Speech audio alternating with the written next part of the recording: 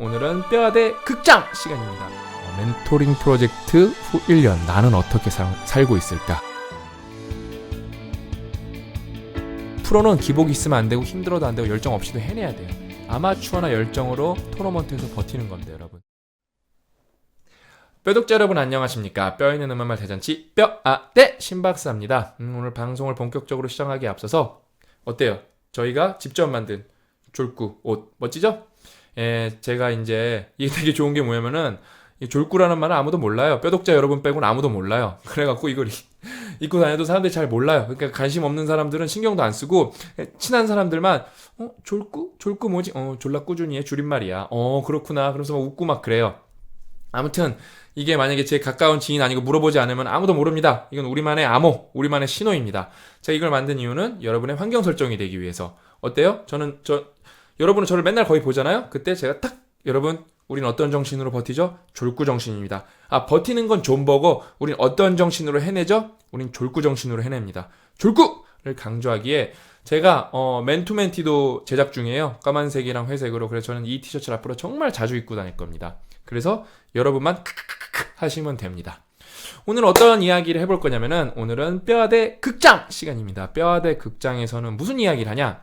뼈아대 극장은 인간 극장에서 제가 그 포맷을 갖고 온 겁니다. 원래 이게 사실 인생 공부 팟캐스트 할 때 성장 스토리, 여러분의 성장 이야기 공유하는 시간이 있었는데 제가 그걸 한동안 못 해드렸어요. 그래서 앞으로 이 뼈아대 채널에서 이 성장 스토리가 사실 대단하거든요. 이 성장 스토리는 막 여러 명을 만족시킬 필요는 없어요. 이건 제 얘기가 아니라 우리의 비슷한 철학을 갖고 졸구정신이 있는 친구들이, 남의 인생의 선배님들이 그것을 해낸 다음에 그 이야기를, 자기 이야기를 구구절절하게 공유하는 거예요. 그럼 이게 맥락상 이게 공감이 안 가는 친구들도 있을 거예요. 공감이 안 가는 뼈독자분들도 많으실 거예요. 근데 어때요? 이거를 통해 비슷한 맥락에 처해 있는 데칼코마니 같은 상황에 있는 분들이 탁 움직이는 경우가 있어요. 그때 어때요? 그 친구들이 그래서 그 이야기를 듣고 한 명이라도 움직일 수 있다면은 이 뼈아대 극장은 완전 성공입니다. 그 다음에 한 명도 안 움직였어. 그럼 실패냐? 아니에요. 이 친구들이 자기가 성공한 걸 이렇게 적어보면서 어떻죠? 자기 생각을 싹 정리하거든요.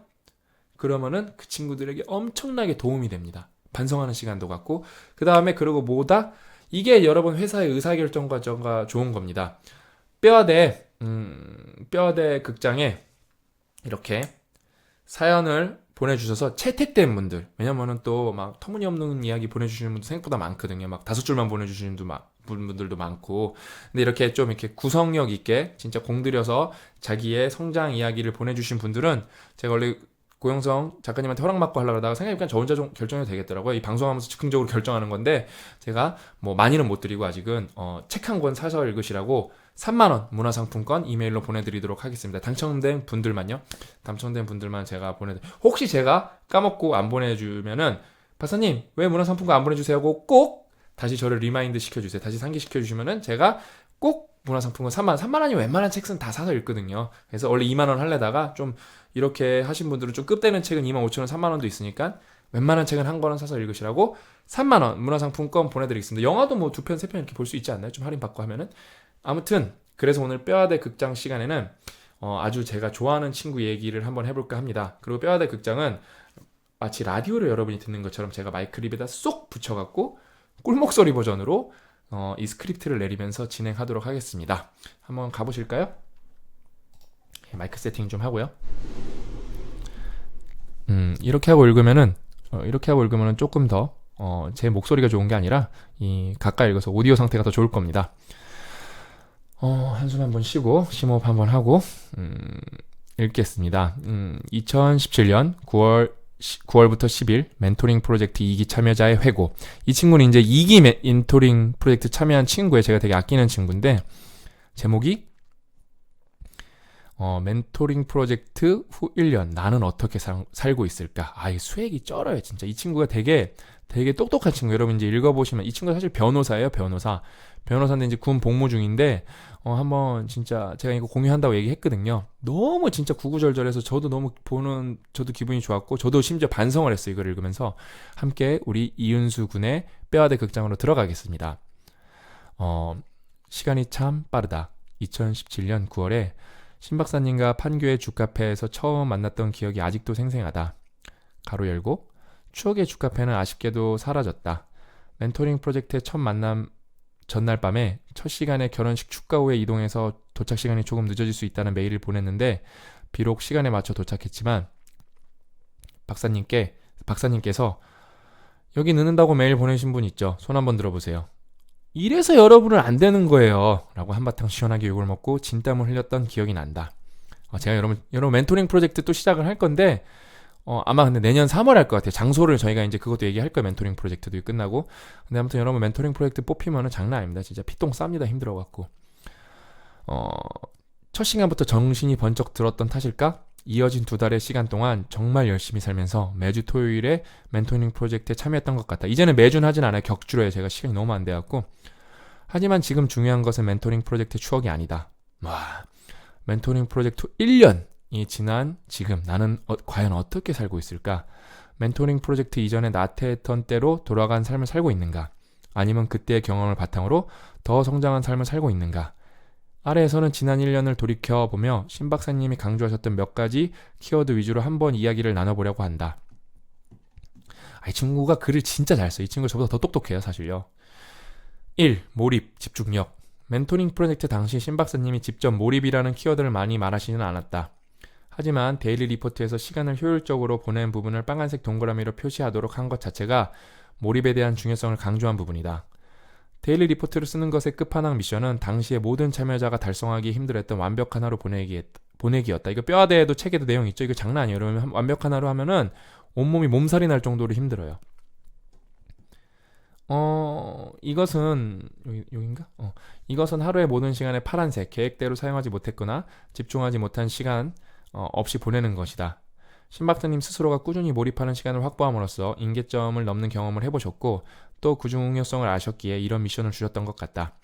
멘토링 프로젝트에서 몰입 연습을 통해 느낀 사실은 몰입하면 행복하다라는 것이었다. 그래요. 여러분 몰입은 왜 우리가 자기 개발을 해야 되는가? 행복하기 때문에 그럽니다. 행복하기 때문에. 어떤 목적을 이루는 것도 있지만 자기 개발하면서 여러분이 진짜 몰입하는 경험을 해보죠? 끝장나요 진짜. 우리 윤수 너무 좋아요. 단순히 공부와 일은 힘들고 재미없는 것이고 노는 게 재미있는 것이 아니다. 너무 좋아. 난 그냥 얘가 너무 좋아. 이런 글이 너무 좋아요 진짜. 몰입할 수 있으면 무엇이든 재밌다. 시간 가는 줄 모르게 무언가를 하는 것 자체가 재밌는 것이다. 공부든 일이든 데이트든 게임이든. 여기 데이트도 써놨네. 멘토링 프로젝트 이후 내가 몰입했던 것은 주로 독서였다. 난해한 철학책과 사회과학, 고전을 비롯한 여러 분야의 책을 몰입해서 읽는 것은 상당히 고되었지만 매우 즐겁고 감격스러운 시간들이었다. 또 독서 위에 빅보카 코어 4,000개를 하루에 2시간 정도 하루에 꾸준히 외운 것도 몰입의 한순간이었다. 반면 내가 몰입하지 못한 것들도 있다. 운동과 글쓰기이다. 운동은 멘토링 프로젝트 이후 날이 추워지면 한동안 하지 않았다가 주로 탄천을 뛰는 것을 선호한다. 저도 탄천을 걷는데 이 친구가 순회 살거든요. 4월 이후 근무지에 15층 빌딩 계단을 하루에 2-3번씩 올랐는데 이것도 여름이 되니까 더워서 잘하지 못했다. 환경이 바뀌면은 여러분 의지는 무너질 확률이 있습니다. 그래서 환경 설정이 그만큼 중요한 거예요. 글쓰기도 꾸준히 몰입해서 하지 못했다. 읽는 것은 많이 했지만 멘토링 프로젝트 당시 일주일에 독후감 하나씩 쓸 때만큼 무언가 생산하지 못했다. 체인지 그라운드에 매주 하나씩 카드 뉴스를 작성해서 보내기도 하였으나 이 친구가 진짜 대단해요. 좋은 카드 뉴스도 많이 보냈었어요. 3월부터 대학원을 다니면서 전공 분야의 소논문이나 발표문을 작성을 제외하고 일반적인 글쓰기에는 더 집중하지 못하게 되었다. 지난 1년간 대체로 시간을 효율적으로 사용해왔다고 생각하지만 상황과 환경에 따라 시간을 주도적으로 편성하고 만들어서 집중하는 능력이 많이 부족함을 느끼기도 하였다. 메타인지 올라가는 거죠. 그 다음에 환경 설정 여러분 진짜 중요합니다. 멘토링 프로젝트 때와 지금의 차이는 무엇일까? 열정, 환경, 스스로에 대한 믿음 다 조금씩 1년 전 수준에 미치지 못하는 것 같아요. 근데 이 정도만 유지해도 너무 훌륭해서 기특하다고 제가 쓰담 해주고 싶어요. 그래도 최근 뼈아대 유튜버 영상을 통해 멘토링 프로젝트 당시 감각을 느낄 수 있었던 점에 다소 기대가 된다. 이게 우리가 뼈아대 채널을 만든 정확한 이유 중에 하나입니다. 두 번째 임계점. 멘토링 프로젝트에서 강조했던 또 하나는 임계점을 넘는 경험이다. 임계점을 넘는 경험은 앞에서 말한 몰입에 꾸준함이 더해졌을 때 그 체험이 가능해진다. 내가 정의한 임계점을 넘는 것이란 불필요한 습관이 점철된 중단기적 루틴을 깨고 한 단계 성장하는 것이다. 임계점은 어느 한 시점만을 의미하는 것이 아니다. 하나를 깨면 그 위에 또 다른 임계점이 기다리고 있다. 맞습니다. 물 끓는 거랑 비슷해요. 물 끓는 점 이렇게 계단식으로 깨는 거예요, 여러분요. 그러나 임계점을 넘는 경험을 한번 하게 되면 이후에 다음 임계점을 돌파할 수 있는 자신감과 실력을 갖추게 된다. 그렇죠. 이거를 바로 전문 용어로 프랙탈 횡전계라고 합니다, 여러분. 나중에 그 프랙탈도 제가 한번 설명해 드릴게요. 개인적으로 악기를 여러 개 다루어 보면은 임계점을 넘는 경험이 무엇이든지 체득해 볼 수 있었다. 악기를 연습하는 각 단계마다 도저히 연주하지 못한 것 같은 부분이나 테크닉이 나오게 된다. 어느 하나의 테크닉을 익히기 위해 6개월 동안 그 연습만 한 적도 있다. 그러다가 어느 순간 갑자기 테크닉이 된다.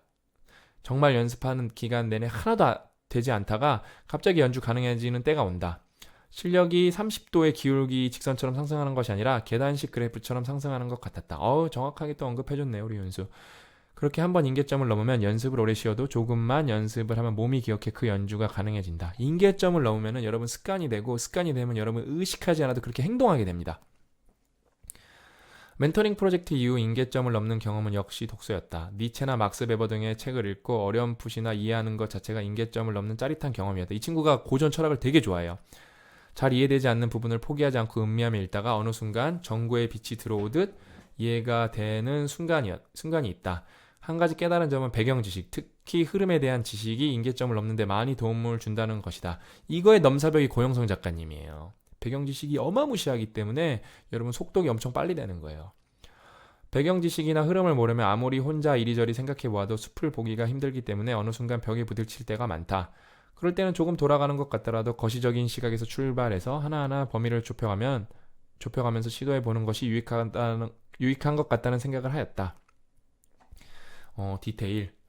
악마는 디테일이 숨어있다는 말을 많이 한다. 디테일을 신경 쓰기 위해서는 일단 해당 일의 기본적인 애정, 주인의식을 가져야 한다. 이건 한번 더 읽어줘야겠네. 일단 해당 일의 기본적인 애정, 주인의식을 가져야 한다. 이거는 이 친구는 선생님이에요, 선생님. 최소한 해야 할 일만 하자는 마인드로 디테일을 잡아내긴 어렵다. 자신의 일에 애정과 자부심을 가지면 그 결과물에 대해서도 신경을 쓸 수밖에 없다. 내 분야에서는 디테일이 특히 강조되다 보니 멘토링 프로젝트 이후로 디테일에 관해서 신경을 많이 쓰며 살고 있다. 어려운 법리와 이론보다도 사소한 사실관계를 확인하고 사소한 절차를 지키는 일 등이 훨씬 중요할 때가 많다. 이 친구가 변호사하고 지금 어디더라? 법원에서 군 복무를 하고 있을 거예요. 변호사라서. 멘토링 프로젝트 때 당시 신 박사님께서는 새벽 1시까지 데일리 리포트를 보내는 것을 통해 디테일과 납기의 중요성을 동시에 강조하셨다. 그리고 멘티들이 매주 제출하는 데일리 리포트를 꼼꼼히 보시면서 잘 쓴 데일리 리포트에 대해서는 디테일적인 면에서 칭찬하셨던 기억이 난다. 진짜 신 박사 좋은 사람이야. 나 누군지 모르겠지만 진짜 신 박사 훌륭해. 디테일은 단순히 어떤 일의 완결성을 넘어서서 사람과 사람 사이의 신뢰관계에서도 매우 중요한 것 같다. 진짜 멋있죠.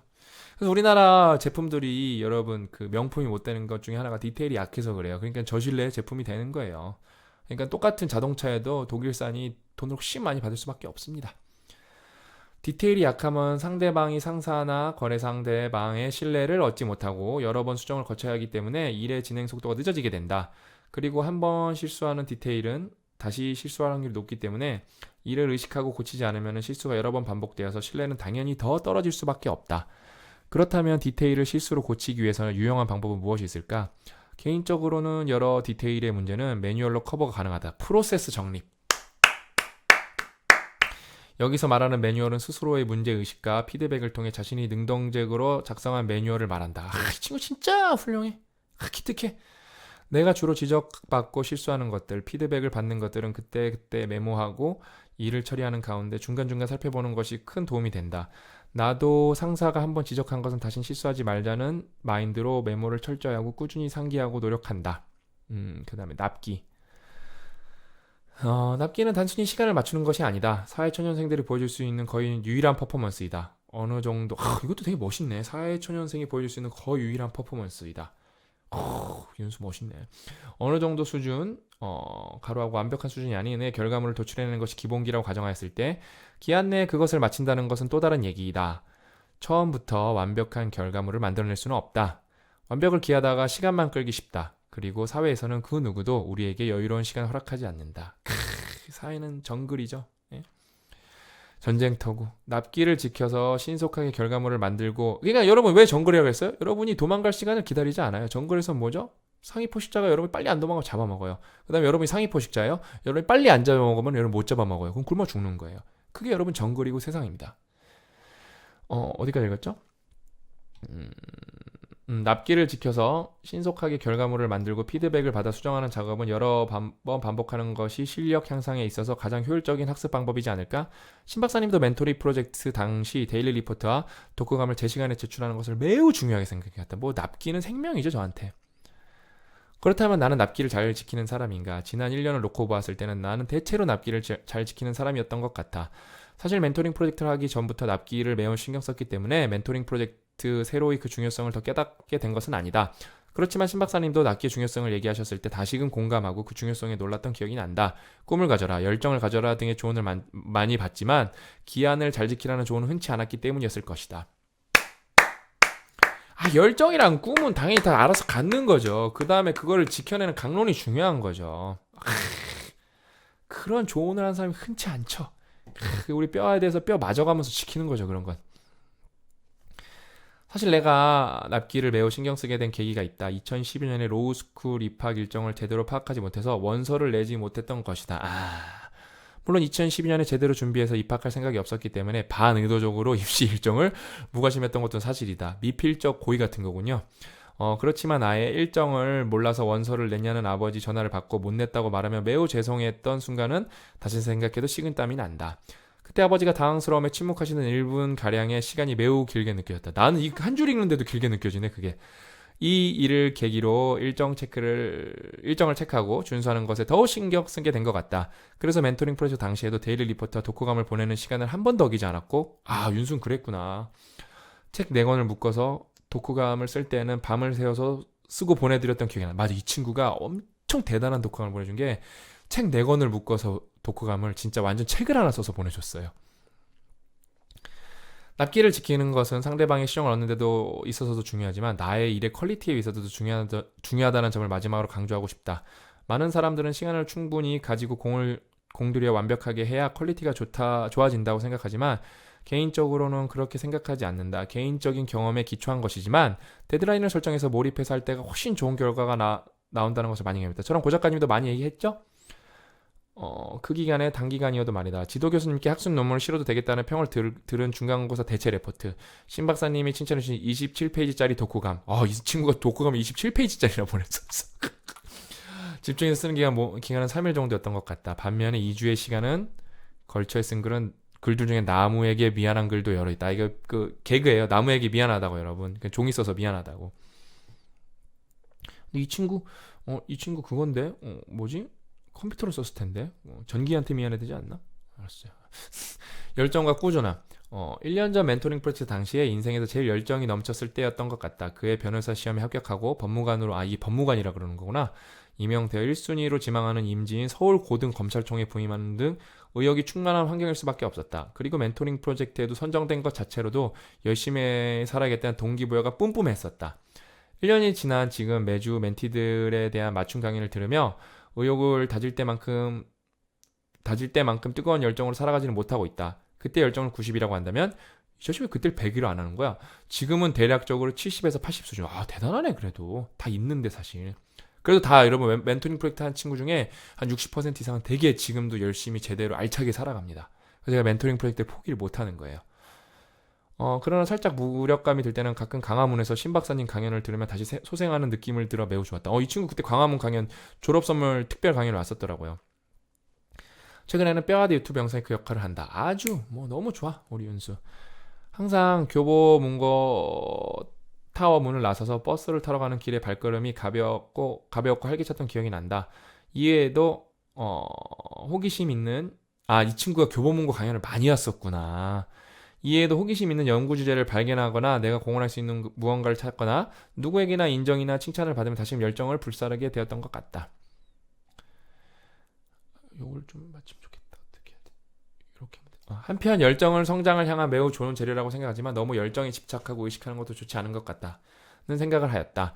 나도 물론 열정 스팀팩을 맞고 으쌰으쌰 할 때 뭘 해도 더 잘하게 되지만 열정이 없어도 오늘 해야 할 일을 해내는 것, 꾸준함을 유지하는 것이 상당히 중요하다는 생각이 들었다.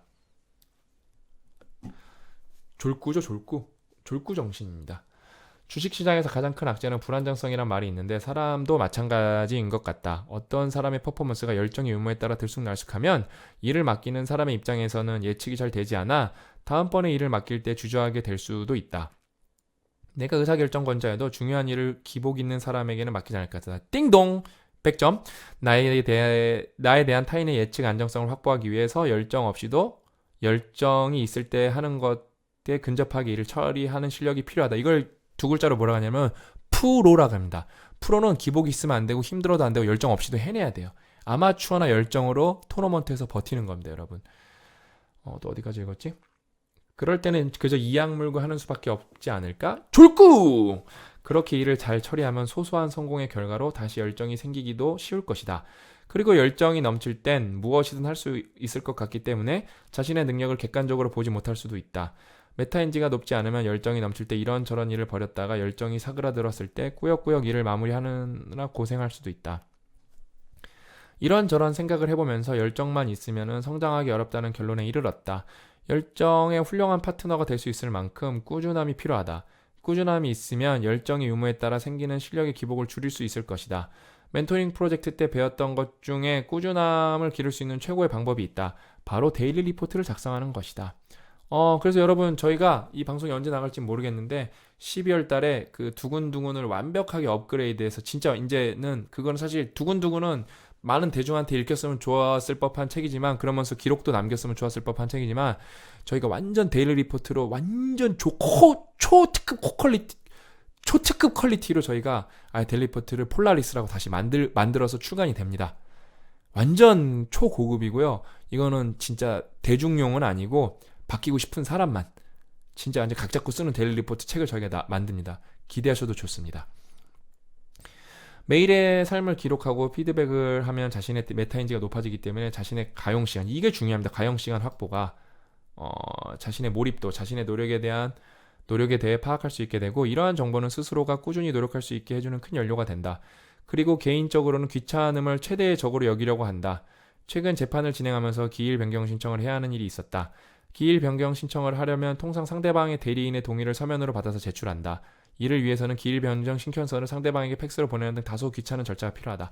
여러분 그 옛날에 누군가 그 인스타그램 창업자인가 뭐 트위터 창업자, 제가 무슨 창업자인지 기억 안 나는데 그 창업자가 되게 유명한 말을 했어요. 어떤 말이냐? 진짜 사업에서 뭐 70%인가 80%, 제 숫자도 기억이 안 나는데 이런 뉘앙스예요. 잡일이 70에서 80%다. 그걸 잘해낸 게 여러분 실력입니다. 그걸 없는 거를 찾는 게 아니라 여러분 제 체인지 그라운드랑 뼈아대 뭐 안드로메디안 더비하면 여러분 막 재밌고 막 멋진 일 할 것 같아. 다 제가 막 쫓아다니면서 해결해야 될 그럴 일이 태반이에요. 하기 싫은 일이 80% 이상이라고요. 근데도 해내야 되는 겁니다. 기일을 변경할 만한 객관적 사유가 있기 때문에 상대방의 동의를 꼭 받아내는 것은 아니기 때문에 그냥 기일 변경 신청서를 내거나 기일 변경 신청서를 하지 않고 변론 기일에 출석해서 다음 기일에 보완하겠다고 되지만 아버지가 해주신 말씀이 큰 울림을 주었다. 윤수야, 귀찮은 일은 피하지 말고 한번 부딪혀봐. 우리 일은 늘상 귀찮은 일이야. 협의하고 조정하고 의뢰인 요청 사항에 발맞추고 하나 해보면은 성장하는 거란다. 윤수 아버님도 현자시네, 현자. 이 말에 큰 반성을 하였고 그 이후로도 기일 변경 신청을 4번 이상 하였는데 하나하나 정석대로 상대방의 동의를 받아서 신청서를 제출하였다. 이 일을 하기 전까지는 팩스 보내는 방법을 몰랐는데 이게 몰라서 귀찮은 게 되게 많아요. 알고 나면 별거 아니거든요. 이제 팩스를 아주 잘 보내게 되었다. 그리고 귀찮아 보이는 일도 시도하고 꾸준히 하는 것의 중요성을 알게 되었다. 마치며 1년 전에 멘토링 프로젝트는 확실히 내 인생의 전환점이 된 순간이었다. 성장하기 위해 필요한 중요한 스킬들을 배우고 그것을 조금이나마 적용해보며 살아갔던 시간이었다. 그때 익혔던 좋은 습관들이 지금도 상당 부분 내 안에 살아 움직이고 있다. 멘토링 프로젝트 후 1년이 지난 지금 시점에서 중요한 것은 그때처럼 꾸준하게 노력하는 것이라 생각이 들었다. 실력을 키워서 사회 좋게 만드는데 이바지하는 사람이 되고자 하는 초심을 다시 한번 명심하면서 그리고 아무 조건과 대가 없이 소중한 시간과 돈을 들여서 귀한 가르쳐 주신 신용준 박사님께도 감사하다는 마음으로 다시 신발끈을 질끈 묶고 달려보아야겠다. 미쳤어. 그쵸? 미쳤어. 이게 좀 얼마 어디고 요즘인가? 진짜 대단하죠. 제가 뭐 제 강연보다 나아요. 왜냐면 이 친구는 저는 강연을 뭐 매일 뭐 여러 주제로 하는 거고 이 친구는 자기 1년을 녹여냈으니까 당연히 제 강연보다 훨씬 낫죠. 내가 막 가슴이 벅차오르네. 사실 이 윤수라는 친구는 변호사예요, 변호사. 그래서 제가 이 친구가 너무 성실하고 이 친구가 요즘 이 친구 근데 얘기를 쭉 보시면 아시겠지만 뭐라 그럴까? 그러니까 제가 말하는 인텔리랑은 좀 다르지만 우리가 알고 있는 소위 말하는 인텔리예요. 그러니까 가정 교육을 잘 받은 친구예요. 제가 말하는 인텔리는 뭐지? 이기적 이타주의자입니다. 근데 이 친구는 제가 말하는 인텔리가 될 수 있는 친구여서 제가 이 친구가 너무 데일리 리포트도 한 번도 안 빼먹고 그 당시에 제가 기억할 거 아니에요. 너무 성실하고 그다음에 공동체를 걱정하는 마음이 어마무시. 그래서 체인지 간다 카드 뉴스도 투고했던 거예요. 그래서 제가 이 친구한테 따로 몇 번 만났어요. 그래서 이 친구한테 뭘 제가 제시했냐? 너 군 복무 끝나오면은 체인지 그라운드 입사해라. 제가 그랬습니다. 제가 오퍼를 넣었습니다. 그 다음에 이 친구가 변호사니까 만약에 체인지 그라운드 월급은 변호사 잘 나가는 월급이 택도 없단 말이에요. 그래서 제가 뭐라 그랬죠? 프리랜서로 네가 수임하고 싶어서 회사 일에 지장을 주지 않는 만큼은 너가 다 받아서 하도록 해라. 제가 그랬습니다. 그래서 이 친구도 지금 뭐 마음이 바뀌어도 어쩔 수가 없어요. 뭐 개인의 마음이 바뀌는 건 다 존중합니다, 제가. 근데 지금은 이 친구가 끝나고 나서 1순위로 체인지 그라운드에 입사하는 게 목표입니다. 그리고 어떻죠? 이 친구가 주 전공이 있는데 지금 대학원 박사과정 하고 있는데 이 친구 주 전공이 그 지적재산권이에요. 그래서 체인지 그라운드 아주 딱 맞습니다. 체인지 그라운드 더비 안드로메디안 일을 다 하는 거죠, 이제. 아무튼 진짜 여러분 이 뼈아대 극장 진짜 뼈아대 극장이에요 이게. 나 너무 눈물 날 만큼 행복하고 이런 이제 성장 메일이 있었는데 한동안 제가 안 해드리니까 좀 성장 메일이 뜸하더라고요 요즘에. 근데 이게 다시 제가 리마인드 시켜드리면 성장 메일이 다시 오기 시작. 팟캐스트를 안 하니 제가 솔직히 성장 메일이 공유할 때는 계속 왔어요 진짜. 요즘도 오긴 와요. 근데 제가 이메일 다 못 보는 것도 있고 여러분 그 성장 메일은 고민 리서치 뭐 닷컴이나 고민 리서치 gmail.com인가 그 주소 좀 써주세요. 아니면 제 책에 이메일 주소가 있어요. 거기다가 고민 말고 성장 메일이라고 하세요. 그거는 뭐 채택돼서 뭐 보여줄 확률이 뭐 많으니까. 그 다음에 여러분 얘기가 누군가 인생 살릴 수도 있어요 진짜. 아무튼 읽기만 해도 힘드네. 읽기만 해도 읽다가 지칠 뻔했어. 제가 오늘 너무 힘든 일이 많아갖고 읽다 지쳤는데 아무튼 우리 멘토링 프로젝트 잠깐 얘기해 드릴게요. 멘토링 프로젝트 원래 하려고 그랬는데 제가 시간이 없어서 못했고 그냥 장소 섭외가 안 됐는데 체인지 그라운드랑 안드로메디안 이 회사가 잘 돼갖고 여러분 저희가 뭐랄까 저희가 이제 딴 방송에서 얘기했나? 라이브 방송에서 얘기했나? 아무튼 저희가 4억은 아니고 4피스텔을 구매합니다. 오피스텔을 저희가 30평짜리를 구매해서 저희가 거기 스튜디오도 구축을 하고 거기 큰 테이블을 갖다 놓을 거예요. 거실에요. 그게 장수가 구축이 되면은 아마 내년 3월 될 것 같거든요. 거기서 멘토링 프로젝트를 본격적으로 더 자주 시작하려고 합니다. 멘토링 프로젝트는 완전히 무료고요. 제가 여러분 맛있는 거 사드리면서 여러분 제가 뭐 제 강연 안 해가면서 해드리는 거기 때문에 뭐 사실 들어오려면 경쟁이 엄청 치열한데 제가 멘토링 프로젝트 뽑히는 비결 하나 알려드릴게요. 그 경쟁률이 뭐 10대일인가 20대일인가 그러거든요. 이제 아마 뭐 50대일 막 그렇게 넘어갈 거예요. 근데 뽑히는 비결 제가 멘토링 프로젝트 뽑는 기준은 뭐냐면은요. 바뀔 것 같은 친구만 뽑습니다. 그래서 멘토링 프로젝트 하면 이 친구들 잘 되는 거예요. 그냥 막 그래요. 막 맨날 무기력하게 살다 나도 저기서 바뀌어야겠다. 그런 친구 절대 안 바뀝니다. 여러분 오면은. 여러분이 열심히 노력해 본 적이 없는데 멘토링 프로젝트 와서 바뀔 것 같아. 내가 해주는 게 없고 내가 데일리 리포트만 보는데 그런 친구들 다 중간에 중도 탈락했어요. 1기 때는요. 제가 랜덤으로 그러니까 될 것 같은 친구 뽑고 3명인가 안 될 것 같은 친구도 뽑아봤거든요. 2명은 진짜 탈락했어요. 그러니까 여러분 안 바뀌어요. 될 것 같은 친구는 여러분 평소에 노력하고 계셔야 된다니까요. 거기다 제가 촉매가 돼서 반응 속도를 확 키워주는 것 뿐입니다, 여러분. 환경 설정 해드리고 그 다음에 이런 이기적 그러니까 단순히 바뀌는 게 아니라 제가 이 사회에 이기적 이타주의자가 될 수 있는 친구들만 뽑는 거예요. 친구들뿐만 아니라 거의 뭐 40 몇 살까지 지원하셨으니까.